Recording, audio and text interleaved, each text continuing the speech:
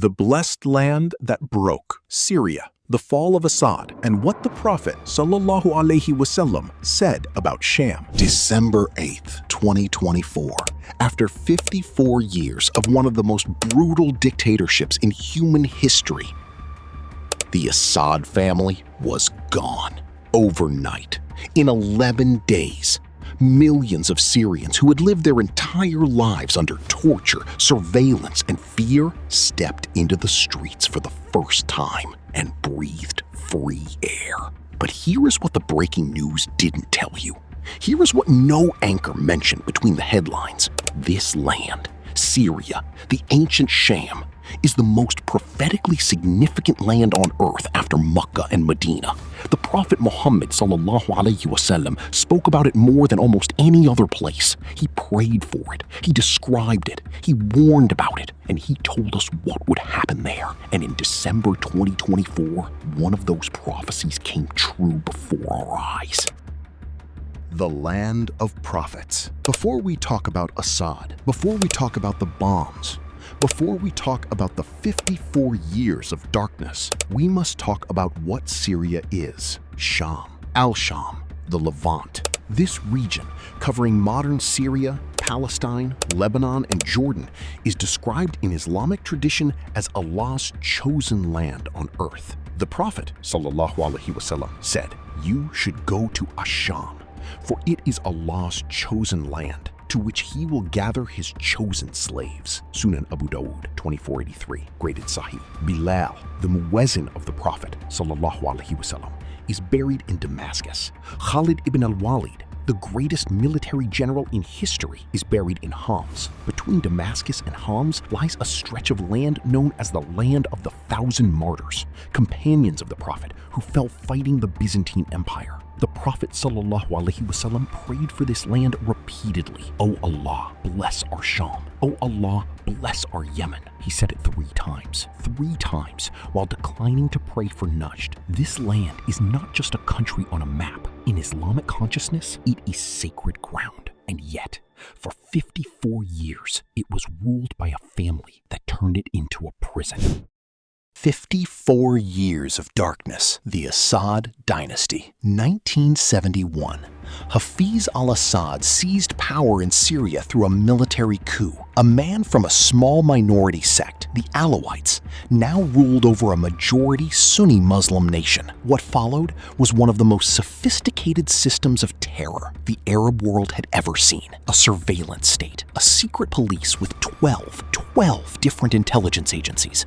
A country where you could disappear for a joke, where your neighbor might be reporting you, where entire families were held hostage to control one man. In 1982, up against Assad, his forces surrounded it and killed between 10,000 and 40,000 civilians in what became known as the Hama Massacre. The world barely noticed. The Muslim world barely spoke. Hafiz died in 2000. His son Bashar took over. A soft-spoken ophthalmologist the Western media briefly called a reformer. He was not a reformer. In 2011, when the Arab Spring reached Syria and Syrians peacefully took to the streets, school children in the city of Daraa spray-painted anti-Assad graffiti on a wall. They were arrested, tortured. Some had their fingernails pulled out. Their parents went to the governor to ask for their children's release. The governor told them, forget those children, make new ones. Syria would never be the same again. The protests became an uprising. The uprising became a civil war. Assad used barrel bombs, oil drums filled with explosives, rolled out of helicopters over civilian neighborhoods. He used chemical weapons, sarin gas, against his own people in Ghouta in 2013, killing over 1,400 in a single night,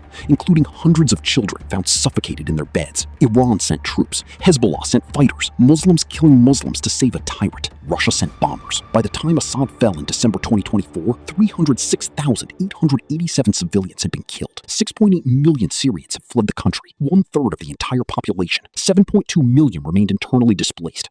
Over 150,000 people had been forcibly disappeared, and the photographs of those who died in Sednaya prison, Assad's most notorious torture facility, haunted every screen. Sednaya, they called it the slaughterhouse. Prisoners were hung by their wrists, beaten, starved, electrocuted, executed in secret. Mass graves filled the fields around Damascus, and then in 11 days, it was over. The 11-day miracle. How Assad fell. On November 27, 2024, a coalition of opposition fighters launched a surprise offensive.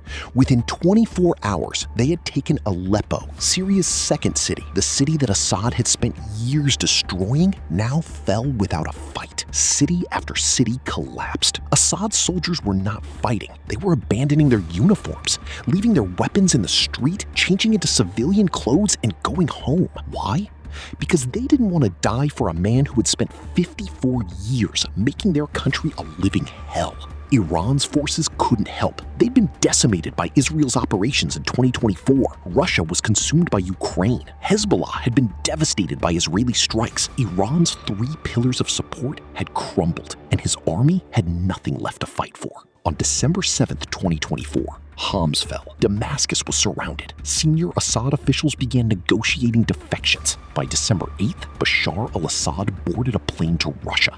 He sent no farewell message. He made no speech. He simply fled, abandoning 23 million Syrians at 1 a.m. Opposition forces walked into the presidential palace. They found it empty. Forever had fallen. Sakat al-Abad, the Eternal, had collapsed. Syrians poured into Sednaya prison to free the remaining prisoners, men who had been inside for years, some for over a decade. Families searching the mass graves with photographs of missing relatives. And on December 13th, tens of thousands gathered at the Umayyad Mosque in Damascus, the same mosque where so many companions of the Prophet are buried, and they wept with joy.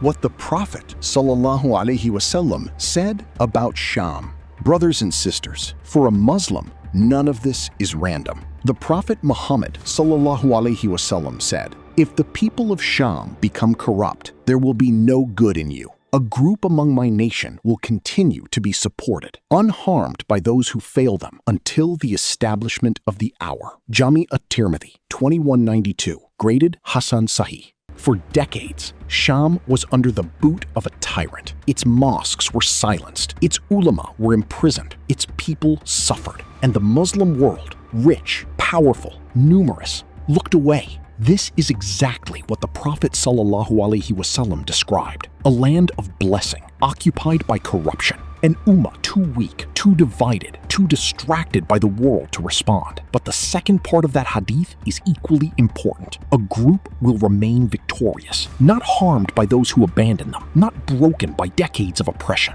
The Prophet ﷺ also said, The heartland of the believers is Asham.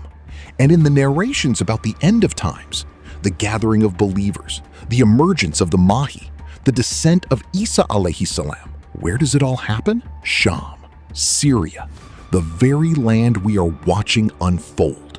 The Prophet ﷺ described that when the caliphate settles in the Holy Land, Jerusalem, that is when the earthquakes, tribulations, and great signs begin. And the Islamic leadership, according to one narration, moves from Medina to Sham to the Arabian Peninsula and finally to Bait al-Maqdis, Jerusalem, where it will remain until the hour. We are witnessing not just politics, we are witnessing the unfolding of a plan older than Assad, older than colonialism. The message for the Baraza, Muslim: Syria is not free yet. The road ahead is long. Sectarian tensions remain. Israel has been bombing Syrian military sites since Assad fell. The new government faces enormous challenges, but the 54-year nightmare is over.